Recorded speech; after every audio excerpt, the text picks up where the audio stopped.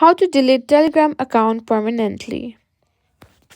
If you're thinking about deleting your Telegram account permanently, I'm here to walk you through the whole process. Whether you're just looking for a fresh start or you no longer just want to use the app, I'll show you exactly how to do it. First things first, what you need to know is you cannot delete your Telegram account directly from the app, or so we are going to use the official Telegram deactivation piece. Go in your web browser into the official Telegram deactivation piece. Simply type in my.telegram.org.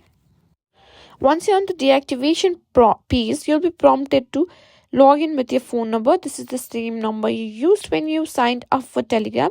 Go ahead your phone number and also enter the country code as well and simply click on next.